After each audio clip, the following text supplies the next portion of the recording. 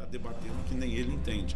Então, uma coisa sempre que eu procuro lembrar as pessoas, Tiago capítulo 3, nós mestres receberemos mais duro juízo. Ensinar a palavra de Deus não é só um privilégio, é uma responsabilidade. Por quê? Se você ainda não entendeu o quadro e está passando à frente algo incompleto, Jesus diz, qualquer que tomar um desses mandamentos e os violar, e assim ensinar aos homens, será chamado menor no reino. Ele não está falando de um violar a desobediência que te impede de estar no reino, mas um violar uma deturpação na aplicação, vai ter consequência depois. Aliás, já que eu falei do que Jesus citou, por exemplo, quando Jesus diz, eu não vim revogar a lei, eu vim cumprir, para mim esse é outro ponto mal entendido.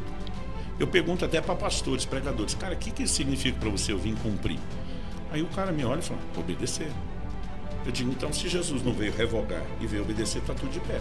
Continua tudo. Aí o cara fala, é mesmo. O que significa isso? Em inglês acho que até é fulfill, né? De preencher, né? Como se tivesse um vaso ali, ele... E a ideia de cumprir não é obedecer, é o cumprimento do caráter profético.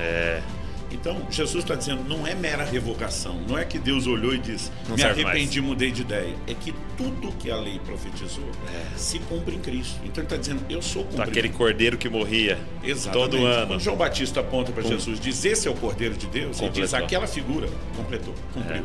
Então agora não precisa mais sacrificar os animais. Sim. Então entender, aí é o que a gente trata no capítulo do caráter profético. Entender isso também é importante. Por quê? Senão na cabeça das pessoas tudo que se fazia lá não se faz mais. E não é bem assim.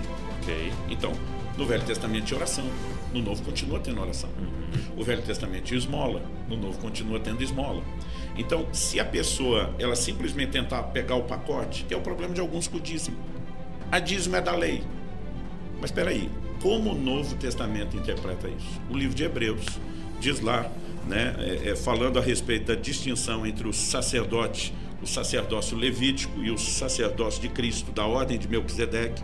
Eu particularmente gosto muito desse texto. No capítulo 7 de Hebreus, me permita ler isso aqui, a Bíblia diz o seguinte,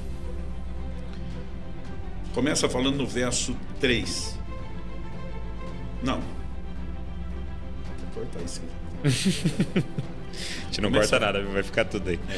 No livro de Hebreus, o capítulo 6 termina no último versículo 20, falando de Cristo, que é sacerdote segundo a ordem de Melquisedeque. O 7 começa dizendo, este Melquisedeque, rei de Salém, sacerdote do Deus Altíssimo, foi ao encontro de Abraão, quando esse voltava da matança dos reis e o abençoou. Foi para ele que Abraão separou o dízimo de tudo. Primeiramente, o nome dele significa rei de justiça. Depois também é rei de Salém, ou seja, rei de paz, sem pai, sem mãe, sem genealogia. Ele não teve princípio de dias nem fim de existência, mas feito semelhante ao Filho de Deus, permanece sacerdote para sempre. Aí nós temos duas correntes teológicas. Uma diz que é uma teofania, a aparição de Cristo, outra que é o tipo. Para mim é tipo, feito semelhante. O próprio não é semelhante. Para ser semelhante tem que ser outro. Aí ele diz assim no 4, vejam como era grande esse Abraão, a quem o patriarca. Veja como era grande esse, a quem Abraão, o patriarca, pagou o dízimo tirado dos melhores despojos. Ora, os que dentre os filhos de Levi, lei de Moisés, recebem o sacerdócio, têm ordem, de acordo com a lei de Moisés, de recolher os dízimos do povo, ou seja, dos seus irmãos, embora esses sejam descendentes de Abraão. Entretanto, aquele cuja genealogia não se inclui entre os filhos de Levi, agora está falando de Jesus, está falando de Melquisedeque, recebeu dízimos de Abraão e abençoou aquele que havia recebido as promessas. Evidentemente, não há dúvida de que o inferior é abençoado pelo superior. Outra versão diz, o menor é abençoado pelo maior. Aí ele diz, aliás, aqui os que recebem dízimos são homens mortais. Aqui ele está falando Levi. Ele diz, porém, ali o dízimo foi recebido por aquele de quem se testifica que vive. Então, Melquisedeque figura Cristo. Ele diz, por assim dizer, também Levi, que recebe dízimos, pagou-os na pessoa de Abraão. Levi nem existia. Aliás, algumas traduções, essa é uma tradução mais por equivalência, Nova Almeida atualizada, as por literalidade, né, elas dizem o seguinte, quando a Bíblia está dizendo aqui que Levi pagou-os na pessoa de Abraão, gente, Levi não existia. Ele é bisneto de Abraão. Sim. Abraão tem Isaac, que vai ter Jacó, que muda Israel, que vai ter Levi. As 12. Ele não existe. Mas a Bíblia está apelando o quê? Para simbologia. Quando Abraão se curva diante de quem é maior, a Bíblia diz simbolicamente Levi está se curvando. É porque assim, se você pensar na lógica até biológica, Levi estava ali dentro. Né? Bíblia diz que ele estava nos lombos. O verso 10 diz, no corpo de seu pai Abraão. Exato. Então, o que a Bíblia está dizendo? Quando Abraão se curva e entregou os dízimos a Melquisedeque, Levi, que está no seu corpo, nos seus lombos, se curvou e entregou. Agora, se isso não é a passagem dos dízimos de Levi para Cristo, o novo sacerdote, me explica o que é. Então, Cristo, de acordo com a lei, nunca, e nem Melquisedeque, poderia receber os dízimos. Isso aqui, antes da lei, já tem uma sinalização profética, que os dízimos que seriam entregues à tribo de Levi na vigência temporária da lei, quando se encerrasse esse sacerdócio e, consequentemente, essa lei começasse um outro sacerdócio, haveria uma outra lei e os dízimos seriam de Cristo. Então é por isso que eu não gosto quando eu vejo uma conversa entre ministros dizendo o dízimo é do sacerdote. Não, na nova aliança o dízimo é de Cristo. O sacerdote tem salário, não tem percentual de ganho em cima daquilo que é entregue.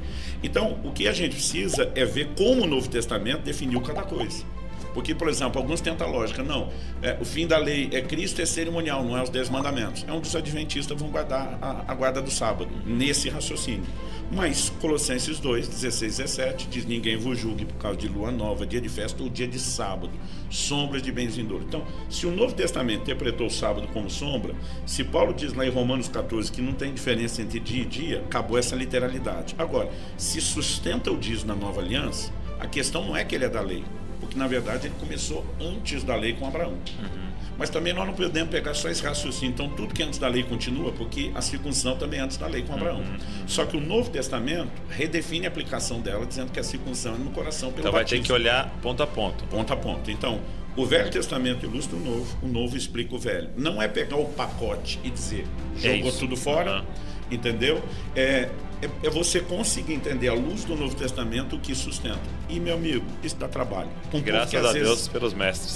E para o povo que às vezes não quer estudar os detalhes, a gente acaba tendo algumas distorções. Mas acredito que ninguém acorda de manhã pensando, eu vou distorcer. É a falta de enxergar o todo.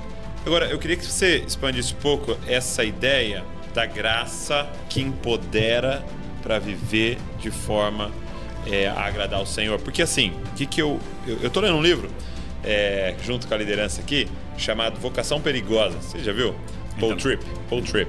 É um livro maravilhoso, assim. E um dos pontos que ele trabalha, né? O Paul Tripp, ele é um pastor de pastores lá nos Estados Unidos, né? Ele cuida de muitos pastores e muitos pastores com grandes problemas, né? Pastores estão passando por grandes problemas.